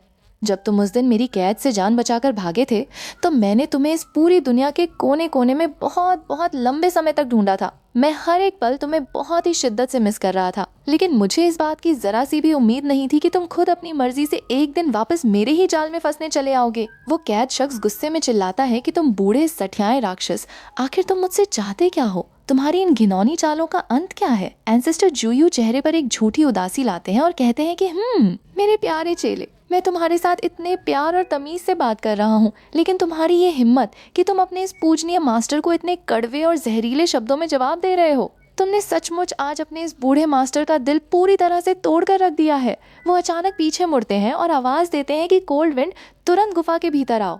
पलक झपकते ही एक शक्तिशाली शख्स सामने आता है और कहता है कि लॉर्ड जुयू, आपने मुझे यहाँ याद किया, मैं हाजिर हूँ। एंसेस्टर जुयू उसकी तरफ देखते हैं और मुस्कुराते हुए कहते हैं कि क्या तुम हमेशा से अपने लिए एक बेहद शक्तिशाली गोल्डन कोर पपेट हासिल करने की तीव्र इच्छा नहीं रखते थे? आज का दिन तुम्हारा भाग्यशाली दिन है, क्योंकि मैं आज तुम्हारी उस बरसों पुरानी विश और इच्छा को पूरी तरह से सच करने जा रहा हूँ। जरा सामने देखो, भला इस late stage golden core ghost puppet के बारे में तुम्हारा क्या ख्याल है? क्या ये तुम्हें पसंद आया? वो चेला खुशी से झूम उठता है और झुककर कहता है कि आपका ये पोता इस अनमोल और बेजोड़ खजाने के लिए आपका दिल से आभार जताता है। आपका बहुत बहुत धन्यवाद ओल्ड एंसेस्टर। लेकिन तभी वो कैद शख्स गुस्से में तमतमाते हुए चिल्लाता है कि तुम बूढ़े बेवकूफ इंसान, आखिर तुम मुझे किस नाम से पुकार रहे हो? मेरे द्वारा उठाए गए इन तमाम कदमों और एक्शंस का भला तुमसे क्या लेना देना है? जहाँ तक उस नॉर्थ स्टार आइलैंड के बेहद गंभीर मामले का सवाल है, तो उस गद्दार रेमनेंट फायर ने पहले से ही हमारे खिलाफ एक बहुत ही रफ और खतरनाक प्लान तैयार कर रखा था। लेकिन चूंकि वो नॉर्थ स्टार आइलैंड आधिकारिक तौर पर सीधे हमारे ही घोस्ट आइलैंड के अधीन आता था, इसलिए उसके मन में हमारे प्रति गहरी नफरत और ईर्ष्या की भावना कूट कूट कर भरी हुई थी, और इसी वजह से उसने चुपके से हमारे ऊपर इतना बड़ा और सुनियोजित हमला ऑर्गेनाइज किया था। हालांकि इस पूरी साजिश के पीछे बैकग्राउंड से किसी भी दूसरी बड़ी ताकत ने उसे सीक्रेटली पुश या सपोर्ट नहीं किया था। और अब चूंकि वो नीच रेमनेंट फायर खुद अपने कर्मों की वजह से मारा जा चुका है, तो बेहतर यही होगा कि हम इस पूरे मामले को हमेशा के लिए यहीं रफा दफा कर दें और इसे यहीं छोड़ दें। अब हम अगले सीन में देखते हैं कि एंसेस्टर जुयू अपने गुप्त तहखाने में मौजूद एक प्राचीन चीज को देखते हैं और सोचते हैं कि ये तो सचमुच एक हाई लेवल डिफेंसिव कासल है। इस तरह के जादुई कैसल्स आमतौर पर सामान्य मैजिक ट्रेजर्स से पूरी तरह अलग और अनोखे होते हैं, क्योंकि इनका निर्माण आज से हजारों साल पहले के प्राचीन और महान कल्टीवेटर्स द्वारा विशेष धातुओं से किया गया था। हालांकि इनका मुख्य काम और फंक्शन बहुत ही सिंपल और सीधा होता है, लेकिन इनके भीतर समाई हुई जादुई सुपरनैचुरल पावर्स अविश्वसनीय रूप से बेहद शक्तिशाली और विनाशकारी होती हैं। सबसे कमाल की बात तो ये है कि इस जादुई कैसल को इस्तेमाल करने के लिए किसी भी तरह के लंबे रिफाइन या रिपेयर की कोई जरूरत नहीं पड़ती। ये हमेशा तुरंत इस्तेमाल करने के लिए पूरी तरह रेडी टू यूज मोड में रहता है। वैसे भी मेरे पास इस वक्त अपनी सुरक्षा के लिए कुछ बहुत ही ठोस और हाई लेवल डिफेंसिव साधनों की काफी कमी चल रही थी। ऐसे में इस नायाब चीज का मिलना मेरी ताकत को कई गुना बढ़ा देगा। ये अद्भुत वस्तु सचमुच अपने प्राचीन और गौरवशाली इतिहास की महान साख पर पूरी तरह खरी उतरती है। एक प्राचीन शक्तिशाली कल्टीवेटर द्वारा पीछे छोड़ी गई इस बेजोड़ वस्तु के दम पर अब इस पूरी दुनिया का कोई भी बड़े से बड़ा मिड स्टेज नैसेंट सोल कल्टीवेटर भी बहुत ही कम समय के भीतर मेरी इस अभेद्य सुरक्षा और डिफेंस को चाहकर भी आसानी से कभी नहीं भेद पाएगा। इसके साथ ही ये अपने पास मौजूद एक प्राचीन स्क्रॉल को देखते हैं और सोचते हैं कि ये अपनी असली ऑरा यानी जीवन ऊर्जा को पूरी तरह से छुपाने और अपना पूरा हुलिया बदलने की एक बेहद ही हाई लेवल गुप्त टेक्निक है। एक बार अगर मैं इस गुप्त कला को पूरी तरह से सीख कर मास्टर कर लेता हूँ तो इस खतरनाक दुनिया में सरवाइव करने और अपनी जान बचाने के लिए मेरे पास एक बहुत ही बेहतरीन और एक्स्ट्रा साधन मौजूद होगा। अपनी ऑरा को छुपाकर और अपना भेष बदलकर अपने दुश्मनों पर अचानक और जानलेवा सरप्राइज अटैक्स करना मेरे लिए पलक झपकते ही मुमकिन हो जाएगा। तभी वो एक प्राचीन नक्शे को खोलते हैं और उसकी बारीकियों को देखते हुए उलझन में पड़ जाते हैं कि ये टियान्युआन सी का इलाका तो असल में एक बहुत ही विशाल और असीम महासागर है जो चारों तरफ से अनगिनत छोटे छोटे द्वीपों और आइलैंड से पूरी तरह पटा पड़ा है। लेकिन इस प्राचीन मैप पर दिखाई देने वाला ये भूभाग यानी टेरेन तो ऐसा लग रहा है मानो करोड़ों अरबों द्वीप आपस में किसी जादुई गोंद की मदद से एक दूसरे से चिपके हुए हैं, जिसने मिलकर एक बहुत ही विशाल, असीम और बाउंडलेस आइलैंड का आकार ले लिया है। क्या ऐसा मुमकिन है कि यही वो पौराणिक और रहस्यमयी कॉन्टिनेंट यानी महाद्वीप हो जिसके बारे में प्राचीन कथाओं में जिक्र मिलता है? क्या वो शक्तिशाली नैसेंट सोल कॉर्प्स यानी लाश भी इसी रहस्यमयी महाद्वीप से बहकर यहाँ तक आई थी? आज से करीब कई tens of thousands of years पहले एक प्राचीन और बेहद शक्तिशाली नैसेंट सोल कल्टीवेटर ने इस पूरे टियान्युआन सी के इलाके को हमेशा के लिए छोड़ दिया था और उसने किसी अनजान और अविश्वसनीय सुपरनैचुरल पावर का इस्तेमाल करके एक बहुत ही विशाल और असीम भूमि को पार किया था जिसे इतिहास में कॉन्टिनेंट यानी महाद्वीप के नाम से पुकारा जाता है। अगर ये बात आज से कुछ साल पहले मेरे सामने आई होती तो मैं यकीनन इस अफवाह और कहानी का जोर से मजाक उड़ाता और इसे पूरी तरह से खारिज कर देता। लेकिन आज चूंकि ये असली और प्राचीन मैप खुद मेरे इन हाथों में मौजूद है तो ये महाद्वीप असल में इस दुनिया में एग्जिस्ट करता है या नहीं, ये बात इस वक्त मेरे लिए कोई मायने नहीं रखती और पूरी तरह से इरेलेवेंट है। इस वक्त मेरी जिंदगी की सबसे पहली और सर्वोच्च प्राथमिकता सिर्फ एक ही है कि मैं किसी भी तरह अपनी इस खत्म होती लाइफ स्पैन को और ज्यादा बढ़ा सकूं। अब हम अगले सीन में देखते हैं कि आइलैंड के चारों तरफ का तापमान बहुत ही तेजी से गिरने लगा है। वहाँ पहरा दे रहे दो गार्ड्स ठंड से बुरी तरह कांप रहे हैं और उनमें से एक कहता है कि इस गुफा से निकलने वाली ये भयानक और जानलेवा ठंड हर गुजरते दिन के साथ और ज्यादा खतरनाक और मजबूत होती जा रही है। हम इस दुकान और गुफा के इतने ज्यादा करीब पहुंच चुके हैं कि यहाँ महज 3 कदम आगे बढ़ने के बाद ही मेरी पूरी जादुई ताकत और मैजिकल पावर पूरी तरह से फ्रीज होकर एक जगह ठहर गई है और मेरा शरीर जाम हो रहा है। इस पर दूसरा गार्ड उसे डांटते हुए फुसफुसाता है कि चुप रहो, अपनी जबान बंद रखो, तुम और मैं यहाँ सिर्फ अपने परम एंसेस्टर की उन महान और गुप्त सुपरनैचुरल पावर्स की साधना के बारे में चर्चा कर रहे हैं। कोई मजाक नहीं है। क्या तुम आज अपनी जान से हाथ धोना चाहते हो जो इतनी ऊंची आवाज में बात कर रहे हो? अगर हमारे एंसेस्टर की साधना इसी तरह और इसी रफ्तार से आगे बढ़ती रही तो उन्हें एक पूरे 10,000 साल पुराने पौराणिक फ्रॉस्टविंड वुड को कल्टीवेट करने में महज कुछ दहाई के साल ही लगेंगे। और एक बार जब वो जादुई लकड़ी पूरी तरह तैयार हो जाएगी तो भले ही हमारी ये नेदरवर्ल्ड फ्रॉस्ट जेड अपनी ताकत के चरम पर पहुंचकर ट्रांसफॉर्मेशन रियन को हासिल कर लें और सामने कोई मिड नैसेंट सोल स्टेज का बड़ा दिग्गज ही क्यों न खड़ा हो, हमारे एंसेस्टर के पास उससे सीधे टक्कर लेने और उसे धूल चटाने की पूरी ताकत होगी। लेकिन अफसोस कि इस पूरे मामले में सबसे बड़ी और एकमात्र दिक्कत ये है कि वो रहस्यमयी टियान्युआन माउंटेन आज से ठीक 15 साल बाद खुलने वाला है और हमारे एंसेस्टर के पास कुदरती तौर पर इतना लंबा इंतजार करने का वक्त बिल्कुल नहीं है। तब भी गुफा के भीतर एंसेस्टर जुयू उस जादुई लिक्विड को देखते हैं और सोचते हैं कि ये जादुई वस्तु किसी भी साधारण स्पिरिचुअल हर्ब्स के पकने और बड़े होने की रफ्तार को अविश्वसनीय रूप से तेज कर सकती है। लेकिन क्या इसका ऐसा ही जादुई और मिराकुलस असर इस दुनिया के बड़े बड़े शक्तिशाली कल्टीवेटर्स या खूंखार डीमन बीस्ट के ऊपर भी हो सकता है? क्या ये इंसानी शरीर की सीमाओं को भी इसी तरह बढ़ा सकती है? वो बाहर आते हैं और अपने कुछ वफादार चेलों को सामने बुलाकर बेहद गंभीरता से कहते हैं कि तुम जो गिने चुने लोग मेरे सामने खड़े हो, तुम सब मेरी अपनी निजी पसंद के सबसे वफादार और लॉयल इंसान हो। आज मेरे पास एक बहुत ही छोटा और गुप्त मामला है जिसके लिए मैं चाहता हूँ कि तुम सब अपनी मर्जी से वॉलंटियर बनकर आगे आओ ताकि मैं तुम्हारे ऊपर इस चीज का एक छोटा सा टेस्ट कर सकूं। वे चेले उस अद्भुत बोतल को देखते हैं और कांपती आवाज में कहते हैं कि एंसेस्टर, इस जादुई वस्तु की शुद्धता और क्वालिटी तो हमारी सोच से भी कहीं परे है। आज तक हमने अपने पूरे जीवन में जिन जादुई हथियारों या प्राचीन एंशिएंट ट्रेजर्स को देखा है, ये चीज उन सबसे लाख गुना ज्यादा शक्तिशाली है। शायद ये अद्भुत वस्तु हमारे इस मामूली कल्टीवेशन वर्ल्ड से ताल्लुक रखती ही नहीं है, बल्कि ये किसी बहुत ही ऊंची और दिव्य दुनिया से यहाँ आई है। एंसेस्टर जुयू मुस्कुराते हैं और सोचते हैं कि चूंकि ये बेजोड़ वस्तु सबसे पहले मेरे ही हाथों में आई थी, तो निश्चित रूप से इसका असली मालिक और हकदार सिर्फ और सिर्फ मैं ही हूँ। वो अचानक खुद को संभालते हैं और सोचते हैं कि इस तरह बार बार झिझकना और अपने कदम पीछे खींचना, आखिर ये किस तरह का बचकाना बर्ताव है। बढ़ती उम्र के साथ सचमुच मेरा ये दिमाग अब धीरे धीरे बूढ़ा और कमजोर होता जा रहा है। हाँ, एक चेला दौड़ता हुआ आता है और झुककर कहता है कि ये डिसाइपल अपने पूजनीय एंसेस्टर के चरणों में प्रणाम करता है। एंसेस्टर जुयू अपनी आवाज को सख्त करते हुए कहते हैं कि तुरंत जाओ और बिना एक पल भी गंवाए कैनफेंग को यहाँ बुलाकर लाओ, ताकि हम अपने द्वीप पर आने वाले उस बेहद खास और वीआईपी गेस्ट यानी मेहमान का पूरी तरह से स्वागत करने की तैयारियां शुरू कर सकें। और बाकी के तुम जितने भी लोग यहाँ खड़े हों, तुरंत मेरी नजरों के सामने से दूर हट जाओ और पीछे हट जाओ। अब हम अगले सीन में देखते हैं कि समुद्र की विशाल लहरों को चीरता हुआ एक बहुत ही भव्य और विशालकाय युद्धपोत आगे बढ़ रहा है। द्वीप पर मौजूद गार्ड्स उसे देखकर चौंक जाते हैं और चिल्लाते हैं कि जरा वहाँ आसमान की तरफ देखो, वो तो साक्षात डीमन सी सेक्ट का झंडा है। वो निश्चित रूप से डीमन सी सेक्ट का ही एक बहुत बड़ा वॉरशिप यानी युद्धपोत है जो हमारी तरफ आ रहा है। और वो जिस दिशा और डायरेक्शन से आगे बढ़ रहा है, वो सीधा रास्ता हमारे इसी घोस्ट आइलैंड की तरफ आता है। ये इलाका पूरी तरह से हमारे परम ओल्ड डीमन का निजी साम्राज्य है। आज यकीनन कोई बहुत बड़ी और ऐतिहासिक घटना घटित होने वाली है।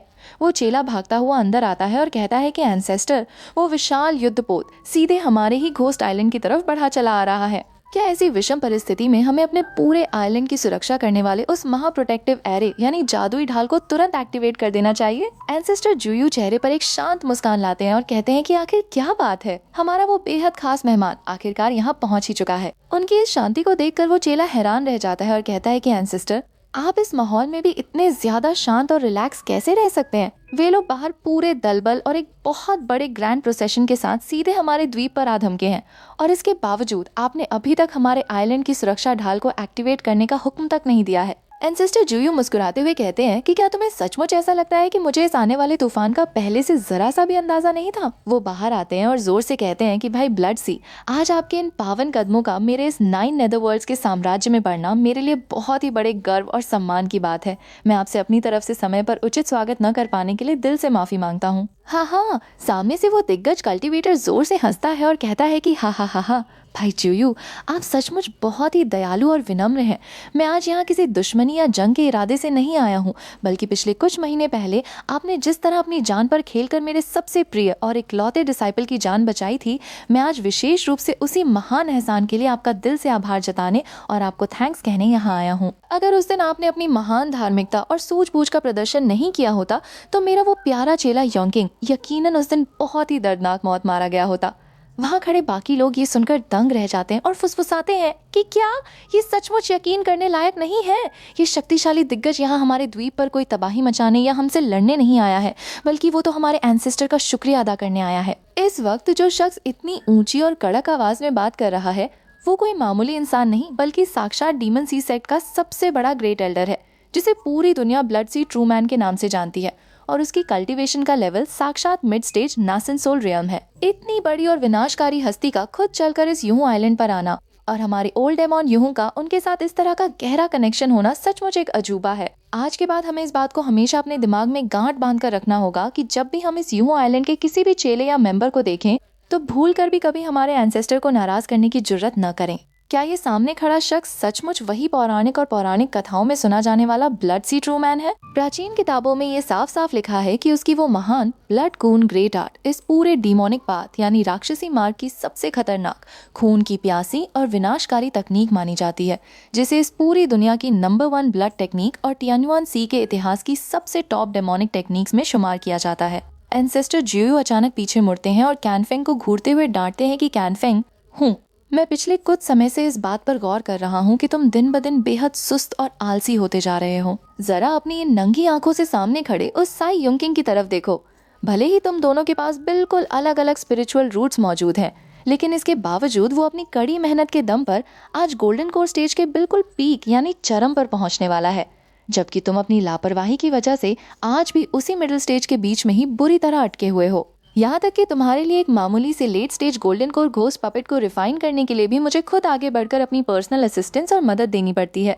ये सचमुच डूब मरने की बात है। वो तुरंत अपनी आवाज को बदलते हैं और मेहमान की तरफ मुस्कुराते हुए कहते हैं कि भाई शुएहाई, आज के इस बेहद बिजी दौर में आपका साक्षात मुझसे मिलना इतना आसान नहीं है, तो फिर क्यों ना आप मेरे इस मुख्य हॉल के भीतर पधारें, जहाँ हम आराम से बैठकर ढेर सारी बातें कर सकें और मुझे भी एक अच्छे होस्ट यानी मेजबान के रूप में अपनी जिम्मेदारियों को पूरी तरह निभाने का एक सुनहरा मौका मिल सके। ब्लड सी ट्रूमैन मुस्कुराते हुए कहते हैं कि बहुत बढ़िया, चूंकि भाई जुयू ने खुद इतने प्यार से मुझे आमंत्रित किया है, तो मैं भी अब ज्यादा औपचारिकता नहीं दिखाऊंगा और आपकी इस दावत को सहर्ष स्वीकार करता हूँ। गुफा के भीतर बैठते ही ब्लड सी ट्रूमैन अपनी जेब से एक चमकती हुई चीज निकालते हैं और उसे टेबल पर रखते हुए कहते हैं कि भाई जुयू, ये एक बहुत ही शक्तिशाली और दुर्लभ 8th लेवल डिमोनिक बीस्ट का असली डीमन कोर है। कृपया करके आप इसे मेरे उस प्यारे चेले की जान बचाने के बदले एक छोटे से टोकन ऑफ ग्रेटिट्यूड यानी आभार के रूप में स्वीकार करें। ये तो महज एक बहुत ही छोटा और मामूली सा तोहफा है। मैं दिल से उम्मीद करता हूँ कि भाई जुयू मेरी इस तुच्छ भेंट को ठुकराएंगे नहीं।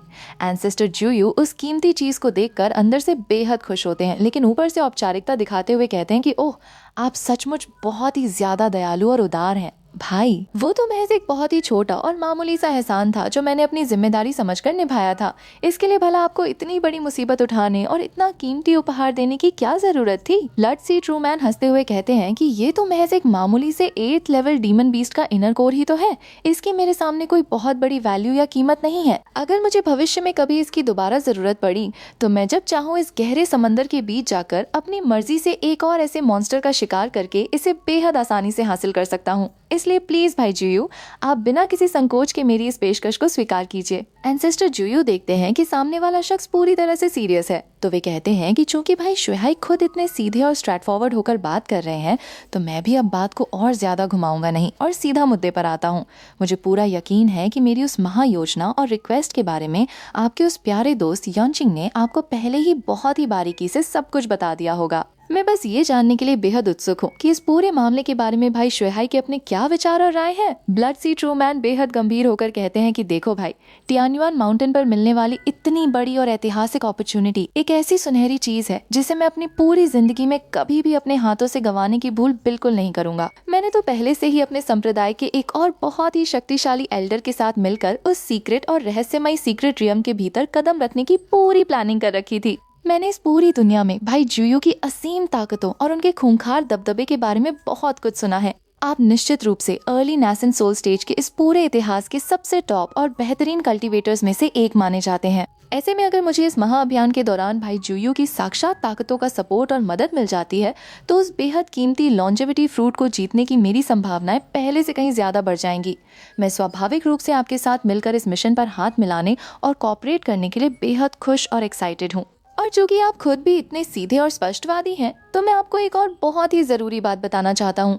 मेरा पिछले कई 100 सालों पुराना एक बहुत ही पक्का और वफादार दोस्त है, जो 10,000 ब्लड आइलैंड का एक बहुत ही जाना माना और शक्तिशाली नासेंट सोल कल्टीवेटर है और उसका नाम शुए टेंगजी है। उसने भी मेरी इस योजना को पूरी तरह से हरी झंडी दे दी है और वो भी उस टियान्युआन माउंटेन के सफर में सीधे हमारे साथ शामिल होने वाला है। अगर हम इस पूरे सिनेरियो को ध्यान से देखें तो हमारे इस महागठबंधन के भीतर अब 1 या 2 नहीं, बल्कि पूरे 4 बेहद शक्तिशाली और विनाशकारी नासेंट सोल कल्टीवेटर्स एक साथ मिलकर काम करेंगे। हमारी इस बेहतरीन पार्टनरशिप के लिए बहुत बहुत बधाई। Happy corporation. एंसेस्टर जुयू खुश होकर कहते हैं कि आपके साथ मिलकर काम करना सचमुच मेरे लिए बहुत ही बड़े सौभाग्य और प्लेजर की बात है। अब हम अगले सीन में देखते हैं कि ब्लड सी ट्रूमैन अपने युद्ध पोत पर वापस लौट आते हैं और अपने अधीन काम करने वाले एक बूढ़े शख्स को घूरते हुए सख्त लहजे में कहते हैं कि हूँ ओल्ड जुओ, अब तुम्हें उस ब्लड सी ट्रूमैन के बारे में मेरे सामने और ज्यादा एक भी शब्द बोलने की कोई जरूरत नहीं है। तुम्हारी इस वक्त सबसे बड़ी और एकमात्र जिम्मेदारी सिर्फ यही है कि तुम इस पूरे आइलैंड की सुरक्षा व्यवस्था को बहुत ही कड़े तरीके से गार्ड करो और ये पूरी तरह से सुनिश्चित करो कि मेरी गैर मौजूदगी में यहाँ एक छोटी सी भी गलती या अनहोनी बिल्कुल न होने पाए। उधर एंसेस्टर जुयू तुरंत अपने विशेष जेड स्लिप के जरिए अपने साथी से संपर्क करते हैं और कहते हैं कि साथी डाविस्ट ब्लड वाइन, मैं आपको एक बहुत ही बड़ी और शानदार खुशखबरी देना चाहता हूँ। मैंने अपनी अपनी सूझबूझ से डीमन सी सेक्ट के उस साक्षात ब्लड सी ट्रू मैन को पूरी तरह से मना लिया है और वो अब हमारे इस महागठबंधन का एक बहुत ही अहम हिस्सा बन चुका है। और यही नहीं, वो अपने साथ अपने ही संप्रदाय के एक और बेहद शक्तिशाली नासिन सोल एल्डर को भी इस मिशन पर साथ लेकर आने वाला है। इसका सीधा सा मतलब ये हुआ कि अब हम पूरे 4 नासिन सोल दिग्गज एक साथ कंधे से कंधा मिलाकर उस मैदान में उतरेंगे। ये सुनकर ब्लड वाइन अविश्वसनीय रूप से चौंक जाते हैं और बेहद एक्साइटेड होकर कहते हैं कि ओह भाई जुयू, वाकई में मानना पड़ेगा कि आपके पास सचमुच एक बहुत ही कमाल की एबिलिटी और हुनर मौजूद है, जिसकी बदौलत आपने उस साक्षात ब्लड सी ट्रू मैन जैसी बड़ी हस्ती को भी अपने पाले में कर लिया। अगर आपकी ये बात पूरी तरह सच है तो हम 4 नासिन सोल दिग्गजों के एक साथ मिलकर काम करने के बाद उस टियानुअन माउंटेन से उन गिने चुने 1000 ईयर लॉन्जेविटी फ्रूट्स को जीतना और अपने कब्जे में करना हमारे लिए महज बच्चों का खेल यानी पीस ऑफ केक साबित होने वाला है। लेकिन भाई जियो, हमें एक बात को लेकर हमेशा बहुत ही ज्यादा सावधान और अलर्ट रहना होगा कि वो ब्लड सी ट्रू मैन आखिरकार मिड नासिन सोल स्टेज का एक बहुत ही मंझा हुआ खिलाड़ी है, इसलिए हमें उस पर आंख बंद करके भरोसा करने की भूल बिल्कुल नहीं करनी चाहिए। एंसेस्टर जुयू ठंडी सांस लेते हुए सोचते हैं कि पिछली बार जब हम सब वहां गए थे तो हमारा पूरा ध्यान मुख्य रूप से सिर्फ उस साई योंकिंग की जान बचाने और उसके उस स्टोरेज बैग को अपने कब्जे में लेने पर ही पूरी तरह से केंद्रित था, जिसके चलते हम उस पूरी जगह की बहुत ही बारीकी से जांच पड़ताल करने में पूरी तरह चूक गए थे। एक शक्तिशाली नासिन सोल कल्टीवेटर के अवशेष भला अपने पास महज एक छोटा सा मामूली स्टोरेज बैग ही क्यों रखेंगे। उस प्राचीन पत्थर की पूरी दीवार असल में एक बहुत ही जटिल और कंसील्ड यानी छुपे हुए जादुई एरे से पूरी तरह ढकी हुई थी। और जैसे ही मैंने अपनी ताकतों से उस पत्थर की दीवार के पीछे झांका तो वहां से पूरे ब्रह्मांड की बेहद ही शुद्ध, समृद्ध और असीमित स्पिरिचुअल एनर्जी का एक ऐसा भयानक सैलाब बाहर निकल रहा था जिसे महसूस करके मेरी रूह कांप गई। क्या ऐसा मुमकिन है कि ये पौराणिक और हजारों साल पुरानी 10,000 ईयर ओल्ड स्पिरिचुअल मिल्क हो? ये तो सचमुच एक साक्षात खजाना है। ये अवर्णनीय रूप से एक बहुत ही नायाब ट्रेजर है। अब इस बात से कोई फर्क नहीं पड़ता कि इस रहस्यमयी जगह के भीतर कोई प्राचीन टेलीपोर्टेशन एरे एग्जिस्ट करता है या नहीं, सिर्फ इस एक नायाब खजाने को पा लेना ही मेरे इस पूरे सफर की तमाम मुसीबतों और मेहनत को पूरी तरह से वसूल करने के लिए काफी है। अगर उन प्राचीन लोक कथाओं में सुना जाने वाला वो महाद्वीप सचमुच इस दुनिया में कहीं एग्जिस्ट करता है तो उस प्राचीन नासिन सोल कल्टीवेटर ने जिस विशेष और गुप्त तरीके का इस्तेमाल किया था वो निश्चित रूप से एक प्राचीन टेलीपोर्टेशन एरे यानी एंशिएंट टेलीपोर्टेशन एरे ही होने वाला है। लेकिन वो जादुई एरे आखिर इस विशाल गुफा के भीतर किस जगह छुपा कर रखा गया होगा? अब हम अगले सीन में देखते हैं कि पूरे 15 लंबे साल का वक्त पलक झपकते ही गुजर चुका है। इसलैंड पर पहरा दे रहे चेले आपस में बात करते हुए कहते हैं कि पूरे 15 साल हो चुके हैं। मुझे सचमुच समझ में नहीं आ रहा है कि हमारे परम एंसेस्टर इस बंद गुफा के भीतर आखिर किस तरह की दिव्य और विनाशकारी जादुई शक्ति यानी डिवाइन पावर की साधना कर रहे हैं। अगर उनके शरीर से निकलने वाली ये भयानक ठंड इसी तरह लगातार बढ़ती रही तो वो दिन दूर नहीं जब ये पूरा का पूरा आइलैंड पूरी तरह से बर्फ की एक बहुत बड़ी और ठोस चट्टान में तब्दील होकर हमेशा के लिए फ्रीज हो जाएगा।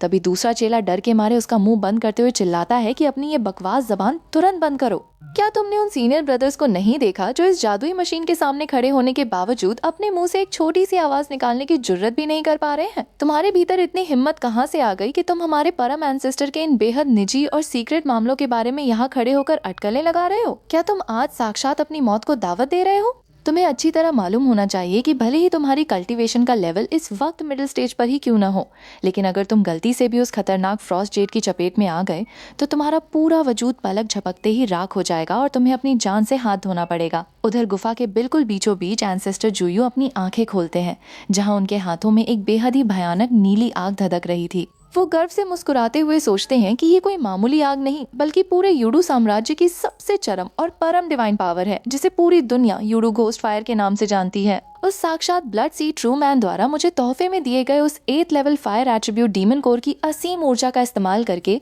और उसके साथ ही इस बचे हुए 1000 year old Frost wind would और हमारे इस पूरे यूहू आइलैंड की अंडरग्राउंड परतों में बहने वाली शीतकालीन कोल्ड एनर्जी को एक साथ मिलाकर मैंने इस परम आग को पूरी तरह से रिफाइन किया है। मुझे इस बंद गुफा के भीतर रात दिन एक करके पूरे 10 सालों का लंबा वक्त लगा है, तब जाकर मैं इस आग के शुरुआती फॉर्म को पूरी तरह से कल्टीवेट करने में कामयाब हो पाया हूँ। अगर हम इसकी तुलना उस प्राचीन नेदरवर्ल्ड जेड और नेदरवर्ल्ड गोस्ट फायर से करें तो ये बाद वाली आग असर दिखाने में कहीं ज्यादा डायरेक्ट, सटीक और रफ्तार में अविश्वसनीय रूप से तेज है। अगला एपिसोड देखना चाहते हैं तो वीडियो को ज्यादा हाइप करो और शेयर करो ताकि अगला एपिसोड टाइम पर आए।